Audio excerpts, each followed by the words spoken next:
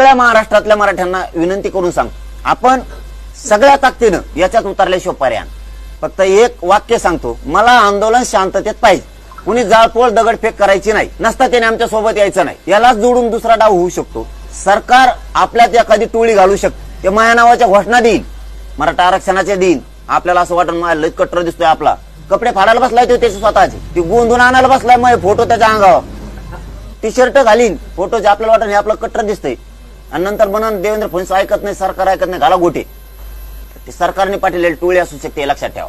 त्याच्यामुळे त्याला धरायचं आणि पोलिसाच्या गाडीत फेकायचं. नाही तर आपल्या शेजारी जरी जाळपोळ सुरू झाली, डुकून सुद्धा बघायचं नाही, सरळ चालायचं मुंबईकर. ते उद्योग बघ म्हणायचं तिकडे, ते कोणी देऊ, आपण त्याच्यात घुसायचं नाही. माझ्या संघ येणाऱ्या बांधवांनी एकाने सुद्धा जाळपोळ दगडफेक करायची नाही. तुम्हाला काही घेणं आहे का? आरक्षण पाहिजे, दगड मारले तरी आरक्षण पाहिजे, शांततेत आरक्षण पाहिजे. तुम्हाला आरक्षण देतो ना, तुम्हाला काय करायचं? मिळणारं 70 वर्षातलं आरक्षण दिलं ना शांततेनं.